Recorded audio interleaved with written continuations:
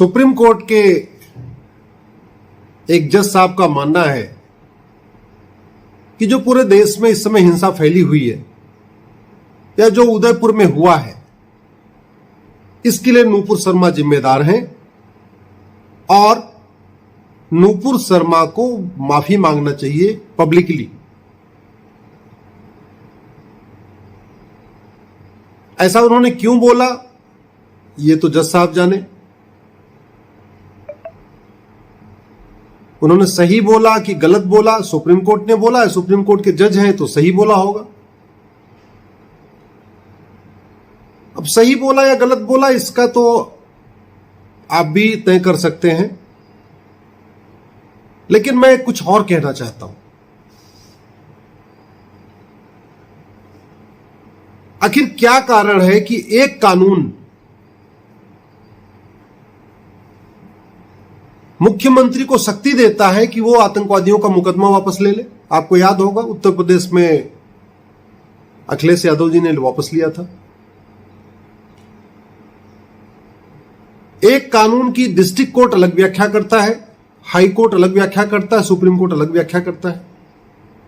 अगर वो कानून बिल्कुल क्लियर हो, अच्छी तरीके से डिफाइन हो, तब तो district court, high court, supreme court का फैसला एक होना चाहिए।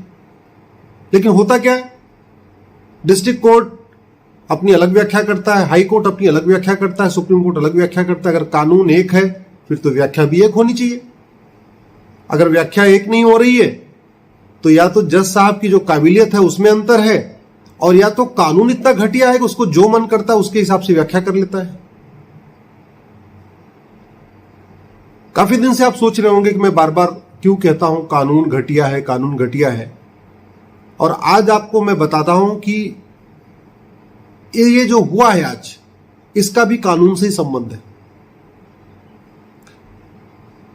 सुप्रीम कोर्ट के खुद की जजमेंट है जिसमें उन्होंने कहा कि अगर सेम मैटर पे, सेम इशू पे अगर मल्टीपल एफआईआर हो रही है कई सारे राज्यों में, तो उसको क्लब करके एक जगह जांच होनी चाहिए। ऐसा अमिश देवगन केस में भी हुआ था, एक दो केस में और भी हुआ है।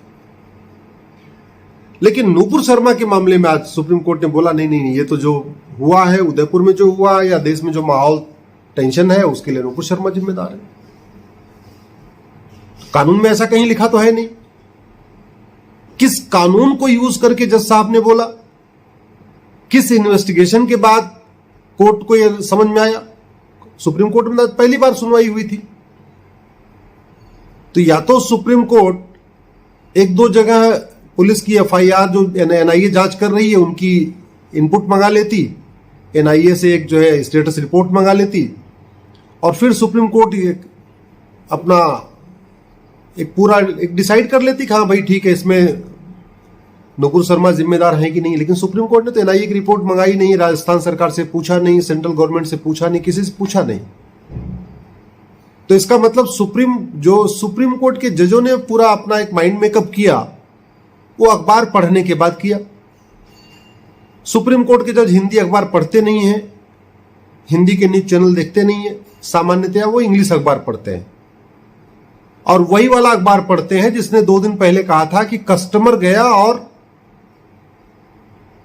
कन्हैया का मर्डर कर दिया। आपको याद होगा एक अखबार ने हेडलाइन फ्रंट पे छापा था, कस्टमर आया और कन्हैया का मर्डर किया। उस अखबार को यह बताने में भी शर्म आ रही थी कि वो कस्टमर कौन था और क्यों मर्डर किया, उसका मोटिव क्या था, उसका इंटेंशन क्या था। वो उस अखबार नहीं छापा, और वही अखबार इस देश के सारे एलिट क्लास के लोग पढ़ते हैं। मेरा तो केवल इतना कहना है, और मैं कहते कहते थक भी गया हूं, और थक क्या बल्कि अब थकने के बाद मैं हताश और निराश भी हो गया हूं। मैं पूरे रिसर्च के बाद अपनी जितनी मेरी कानून की समझ है, जितना मुझे संविधान की समझ है, मैं उसके आधार पे कह रहा हूं कि जब तक ये अंग्रेजी कानून चलेंगे तब तक मनमर्जी चलेगी। मंत्रियों की मनमर्जी भी चलेगी, विधायकों की मनमर्जी चलेगी, और जजों की भी मनमर्जी चलेगी। मंत्री जब मन करेंगे वो बोलेंगे कि उनको दंड नहीं मिलेगा, सांसद जो मन करेंगे वो बोलेंगे उनको दंड नहीं मिलेगा, और जज भी जो मन करेंगे वो बोलेंगे क्योंकि उनकी कोई अकाउंटेबिलिटी नहीं है। जज की अकाउंटेबिलिटी के लिए कोई कानून नहीं है। डिस्ट्रिक्ट कोर्ट का जज किसी को फांसी दे दे, हाई कोर्ट का जज उसको माफ कर दे, और सुप्रीम कोर्ट का जज दोबारा फांसी दे दे, तब भी सुप्रीम कोर्ट हाई कोर्ट के जज से सवाल नहीं करेगा कि आपने इसको माफ क्यों कर दिया था। अकाउंटेबिलिटी के लिए कोई कानून नहीं है और न उस दिशा में एफर्ट किया जा रहा है। हर जगह अकाउंटेबिलिटी की बात होती है, लेकिन जुडिशरी में कोई अकाउंटेबिलिटी नहीं। जो न्याय दे दें, उस न्याय में खामी है तो ठीक है, ऊपरी अदालत ठीक कर देगी, लेकिन जज को कोई पनिशमेंट आपने कभी सुना कि हाँ गलत फैसले के कारण किसी जज को सस्पेंड किया गया, टर्मिनेट किया गया, उसकी नौकरी ली गई? कौन नहीं जानता है कि न्यायपालिका में भ्रष्टाचार है। लेकिन चलिए वो तो अलग विषय है। आजकल हम आज के नूपुर शर्मा की बात करते हैं। अगर वास्तव में आप चाहते हैं इस देश का भला हो,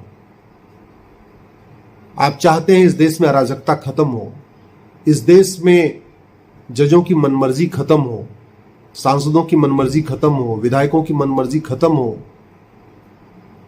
सत्ता का दुरुपयोग खत्म हो, पुलिस ठीक से जांच करे, पुलिस ठीक से इंडिपेंडेंट होके इन्वेस्टिगेशन करे, लोगों को जल्दी से न्याय मिले, तो प्लीज आप अंग्रेजी कानूनों को बदलने की मांग करिए। कन्हैया मारा गया, उसके बाद क्या हुआ? जो हुआ वो कमलेश तिवारी के मर्डर के बाद भी हुआ था। कमलेश तिवारी के मर्डर के बाद भी कैंडल मार्च हुआ था। कमलेश तिवारी के मर्डर के बाद भी ट्विटर पे ट्रेंडिंग हुई थी, फेसबुक पे पोस्ट लिखी गई थी, उनको उनके परिवार को आर्थिक सहायता दी गई थी। जो कुछ अभी कन्हैया में हुआ है, कन्हैया में भी यही हुआ है। ट्विटर ट्रेंडिंग हुई है, कैंडल मार्च हुआ है, सड़कों पर लोग उतरे हैं, फांसी देने की मांग किए हैं। लेकिन दिक्कत ये होती है हम कभी सोचते नहीं है। आप मुझे बताओ किसके मर्डर के बाद फांसी हुई? कन्हैया के मर्डर के बाद फांसी हुई, रिंकू शर्मा के मर्डर के बाद फांसी हुई, अंकित शर्मा के मर्डर के बाद फांसी हुई, दिलवर नेगी के मर्डर के बाद फांसी हुई, या ऐसे साउथ, मैंने तो केवल नॉर्थ इंडिया का नाम लिया, साउथ इंडिया में केरल में रोज मारे जा रहे हैं, पीएफआई के जिहादी रोज मारते हैं, हुई किसी को फांसी? अरे हमारे पास एक कानून है 302 का, मर्डर का, बस ये कह रहा है कि मर्डर होगा तो आपको सजा मिलेगी। इसका मतलब अगर रोड रेस हो जाए, सड़क पे दो लोगों की गाड़ी टकरा जाए, उसमें से कोई एक आदमी रिवॉल्वर से मार दे तो वो भी 302 का ही मुलजिम हुआ, और ये जो कन्हैया को मारा ये भी 302 का मुलजिम है। हमारे पास जिहाद के लिए अलग से कानून नहीं है, इंसाइटमेंट के लिए अलग से कानून नहीं है, लोगों को भड़काने के लिए अलग से कानून नहीं है। जब हमने संविधान में अपने कानून में जिहाद को डिफाइन नहीं किया, जिहाद के लिए कानून नहीं बनाया, इस तरीके से मोटिवेटेड मर्डर करने पे फांसी के लिए कानून नहीं बनाया, तो फांसी होगी कैसे? रेरेस्ट ऑफ रेयर क्या होगा ये कानून में कहीं लिखा ही नहीं है। ये जज की मर्जी पे है। जज जिसको चाहे उसको रेरेस्ट ऑफ रेयर मान ले, जिसको न चाहे उसको न माने। तो हमने सब कुछ तो जज की मर्जी पे छोड़ा हुआ है। और वो क्यों छोड़ा इसको समझिए। अंग्रेजों ने क्यों छोड़ा था जज की मर्जी पे? क्योंकि अंग्रेजों के जमाने में जज सारे अंग्रेज होते थे, तो उनकी इच्छा होती थी भाई इनको सावरकर को काला पानी देना है, तो सब ठीक है भाई, जज को बोल दिया इसको काला पानी दे दो। उन्होंने कानून इस तरीके से बनाया कि जज जिसको चाहे सजा दे दे, जिसको चाहे बेल दे दे, जिसको चाहे जेल कर दे, जिसको चाहे आजीवन कारावास कर दे, जिसको चाहे 1 साल 2 साल के लिए माफी कर दे। वही कुछ दिन पहले देखिए सिद्धू के मामले में क्या हुआ था। सिद्धू के मामले में नीचे से सजा हुई, ऊपर सजा पलटी, सुप्रीम कोर्ट से फिर माफी हो गई, फिर सुप्रीम कोर्ट ने सजा दिया। ऐसा कानून चाहिए क्या? अरे कानून क्रिस्टल क्लियर होना चाहिए, क्रिस्टल क्लियर, सीधे एक एक बात उसमें लिखी होनी चाहिए। अगर ये होगा तो ये सजा होगी, उसमें जज की मर्जी नहीं होगी। कानून इतना स्पष्ट होना चाहिए कि वकील चाह के भी, बड़ा से बड़ा वकील चाह के उसको हिला ना पाए, और जज चाह के भी उसमें अपने मन से कुछ न कर पाए। ऐसा कानून चाहिए, और बनाया है अमेरिका ने कानून, बहुत क्रिस्टल क्लियर बनाया हुआ है। सिंगापुर में बड़े क्रिस्टल क्लियर कानून है, चाइना में बिल्कुल क्रिस्टल क्लियर कानून है, वेल डिफाइंड कानून है, एग्जाम्पल दे दे के डिफाइन किया हुआ है। हम क्यों नहीं बना रहे? हमारे पास सैकड़ों की संख्या में फॉर्मर एडवोकेट जनरल है, सैकड़ों की संख्या में बहुत अच्छे फॉर्मर सॉलिसिटर जनरल है, एडिशनल सॉलिसिटर जनरल है, जो पैसा भी नहीं लेंगे, फ्री में हमारे और मेरे जैसे आदमी फ्री में काम करने के लिए तैयार बैठे हुए। बहुत अच्छे ईमानदार मेहनती रिटायर्ड जज भी हैं, रिटायर्ड जो है लॉ के प्रोफेसर्स भी हैं, रिटायर्ड मेहनती ईमानदार रिटायर्ड आईएएस रिटायर्ड आईपीएस भी हैं। हम उनकी अगर मदद लें तो मात्र एक साल में 1950 के पहले बने सारे कानूनों को खत्म किया जा सकता है, लेकिन खत्म नहीं किया जा रहा है। क्यों नहीं खत्म किया जा रहा है, अब आप भी ये आप तय कर लीजिए। भाई आप ये बताइए, जिस तरीके का जिहाद भारत में है, जिस तरीके का मजहबी उन्माद भारत में है, वो अमेरिका में क्यों नहीं है? क्या अमेरिका के राष्ट्रपति हमारे प्रधानमंत्री से ज्यादा मेहनती हैं, ज्यादा बुद्धिमान हैं, ज्यादा देशभक्त हैं? जिस तरीके का जिहाद, अराजकता, कालाधन, भ्रष्टाचार भारत में है, उतना चीन में क्यों नहीं है? क्या चीन के राष्ट्रपति हमारे प्रधानमंत्री से ज्यादा अच्छे हैं, ज्यादा ईमानदार हैं, ज्यादा देशभक्त हैं? जिस तरीके का जिहाद भारत में फैला हुआ है, फैल रहा है, वैसा सिंगापुर में क्यों नहीं है? क्या सिंगापुर के प्रधानमंत्री हमारे प्रधानमंत्री से ज्यादा अच्छे हैं? मैं बार बार कह रहा हूं, ड्राइवर कितना ही अच्छा हो, जब तक गाड़ी अच्छी नहीं होगी, यात्रा सुरक्षित नहीं होगी। मिस्त्री कितना ही अच्छा हो, जब तक सीमेंट बालू सरिया अच्छा नहीं होगा, घर अच्छा नहीं बनेगा। डॉक्टर कितना ही अच्छा हो, जब तक दवा अच्छी नहीं होगी, बीमारी ठीक नहीं होगी। वैसे शासक कितना ही अच्छा हो, जब तक कानून अच्छा नहीं होगा, तब तक अलगाववाद, कट्टरवाद, नक्सलवाद, माओवाद, जिहाद, मजहबी उन्माद कम नहीं होगा, काला धन, हवाला, भ्रष्टाचार खत्म नहीं होगा। हम इसके पहले कई बार इस बात पे चर्चा कर चुके हैं, लेकिन क्या करूं, विषय वही है, चूंकि मूल कारण समस्याओं का वही है, इसलिए मुझे रिपीट करना पड़ रहा है। आपको लगता होगा बार बार कानून की बात कर रहे हैं, बार बार कानून की। अरे जब कानून ही मूल कारण है तो कानून की बात करूंगा ना, चुप तो नहीं बैठ सकता। कानून ऐसा नहीं होना चाहिए कि एक मुख्यमंत्री अखिलेश यादव को इतनी शक्ति दे दे कि वो आतंकवादी का मुकदमा वापस ले ले। कानून ऐसा नहीं होना चाहिए कि सेम केस में, सेम सेक्शन में, सेम धारा में वही जज एक आदमी को बेल दे दे, एक आदमी को जेल दे दे। आपको याद है, सिंपल धाराओं में वसीम रिजवी उर्फ जितेंद्र त्यागी कितने दिन जेल में थे? कभी सोचा आपने? जब तक कानून अच्छा नहीं होगा, तब तक व्यवस्था अच्छी नहीं होगी, जब तक व्यवस्था अच्छी नहीं होगी, तब तक देश सुरक्षित नहीं होगा। और एक बात और समझ लीजिए, हम जिस गति से विकास कर रहे हैं, उससे कई गुना तेजी के साथ विनाश कर रहे हैं, कई गुना तेजी के साथ विनाश की तरफ जा रहे हैं। आपको शायद ये बात गलत लग रही होगी, लेकिन अगर आप हिस्ट्री पढ़ेंगे तो आपको भी समझ में आएगा, हम विनाश की तरफ जा रहे हैं। पर्शिया को ईरान बनने में 100 साल लगा था, कैके को पेशावर बनने में 100 से 125 साल लगा था, गंधार को अफगानिस्तान बनने में 100 साल लगा था, तक्षशिला को रावलपिंडी बनने में भी लगभग 100 से 110 साल लगा था। 55 ऐसे देशों का मैंने इतिहास पढ़ा हुआ है जो 100 साल में खत्म हो गए, वहां की संस्कृति खत्म हो गई, कन्वर्ट हो गए लोग वहां के। और ये भारत में इसलिए कठोर कानून नहीं बन रहा है कि लोग पार्टियों में बटे हुए हैं। नेता तो इसमें बोलेंगे नहीं, क्योंकि उनको टिकट चाहिए विधायक का, सांसद का। उनको लगता है अगर मैंने बोल दिया, पार्टी आलाकमान मुझे टिकट नहीं देगा।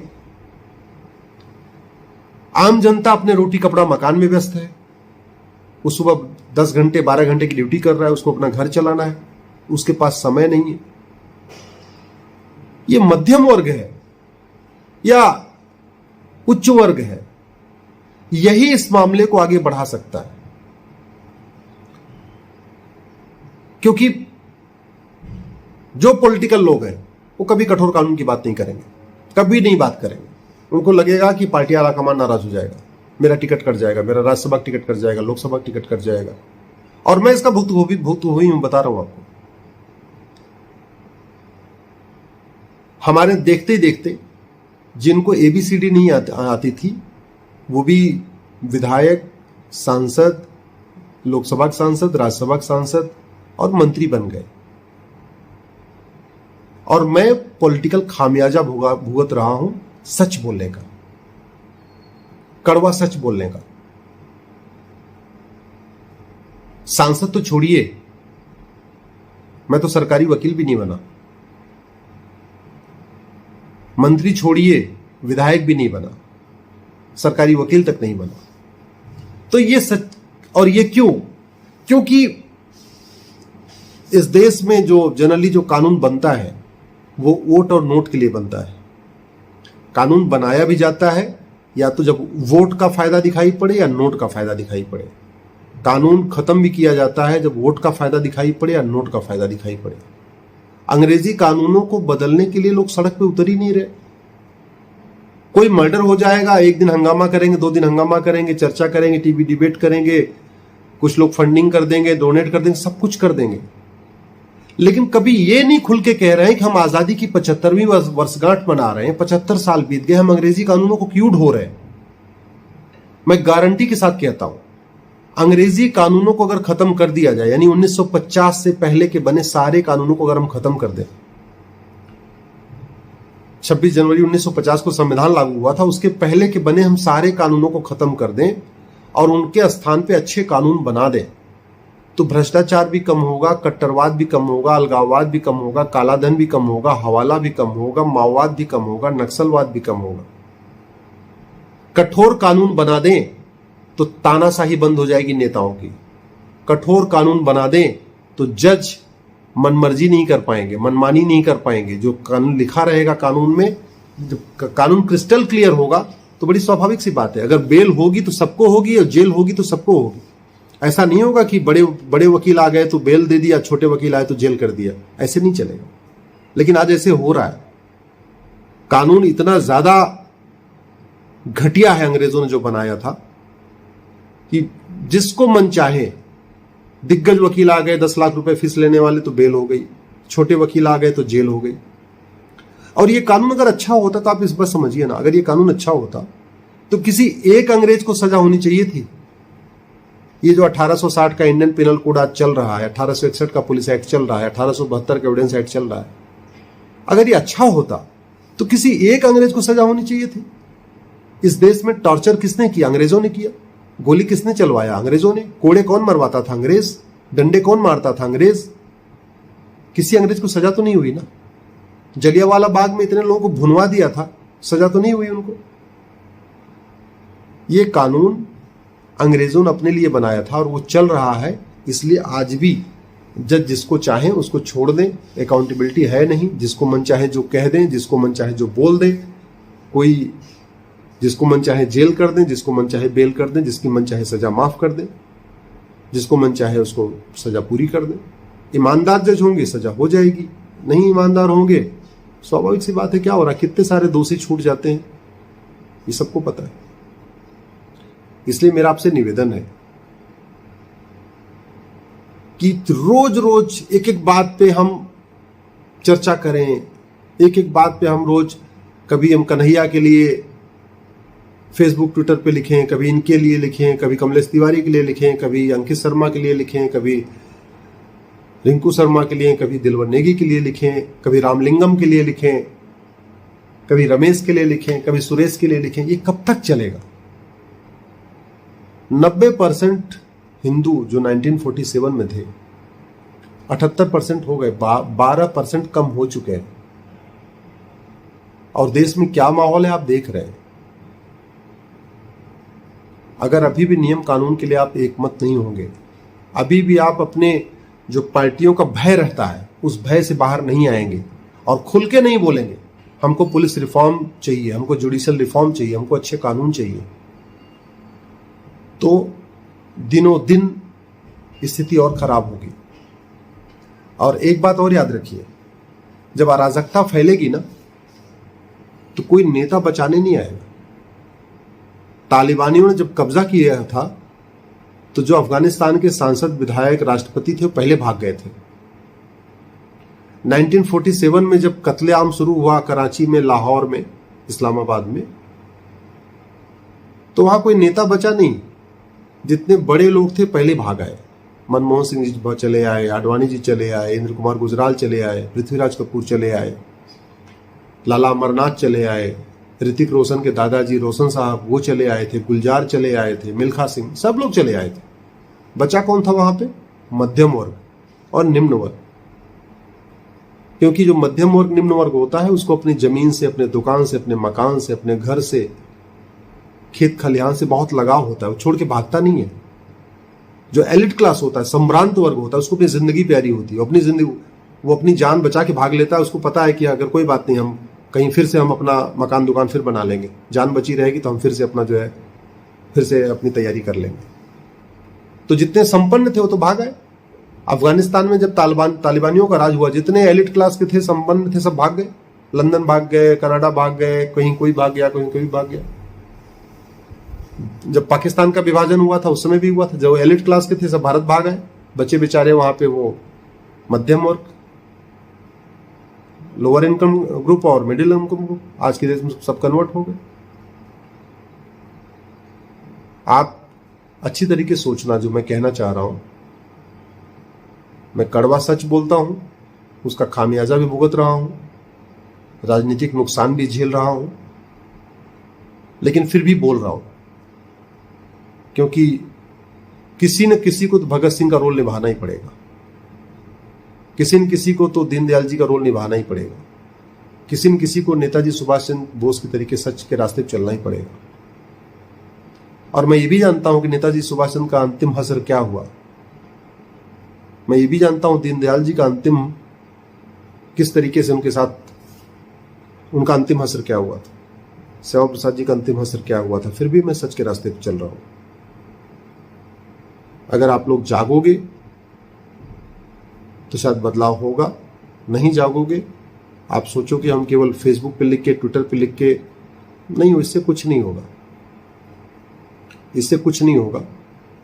होगा तो जो बदलाव होना है वो 3 जगह से होना है: सड़क, संसद और सुप्रीम कोर्ट। सब लोग संसद तो जा नहीं सकते, सब लोग सुप्रीम कोर्ट जा नहीं सकते, लेकिन सब लोग सड़क पे आ सकते हैं। तो आप ये बताइए कि क्या आप सड़क पे आने के लिए तैयार हैं? यदि हां तो अपना कमेंट जरूर करिएगा। जिस दिन इस देश के, जहां पे करीब 125 करोड़ के आसपास, 150 करोड़ पॉपुलेशन है, उसमें से 120 करोड़ के आसपास हिंदू हैं, इस 120 करोड़ में से मात्र 12 करोड़ हिंदू अगर सड़क पे आ गया तो मैं गारंटी के साथ कहता हूं समान शिक्षा भी लागू हो जाएगी, समान नागरिक संहिता भी लागू हो जाएगी, घुसपैठ नियंत्रण कानून भी बन जाएगा, धर्मांतर नियंत्रण कानून भी बन जाएगा, जनसंख्या नियंत्रण कानून भी बन जाएगा, अंग्रेजी कानून भी बदल जाएंगे। लेकिन वो होगा तभी जब सड़क पे आएंगे। अगर आप सड़क पे आने के लिए तैयार हैं, 1 सप्ताह का समय देने के लिए तैयार हैं, 1 सप्ताह के लिए सड़क पर रहने के लिए तैयार हैं, तो अपना कमेंट जरूर करिएगा। इस वीडियो को अधिक से अधिक शेयर करिएगा, जिससे ज़्यादा से ज़्यादा लोगों तक पहुंच सके। और आप लोगों का जो रिस्पांस होगा उसी के अनुसार मैं आगे से कोई कार्य योजना बनाऊंगा। जय हिंद, जय भारत।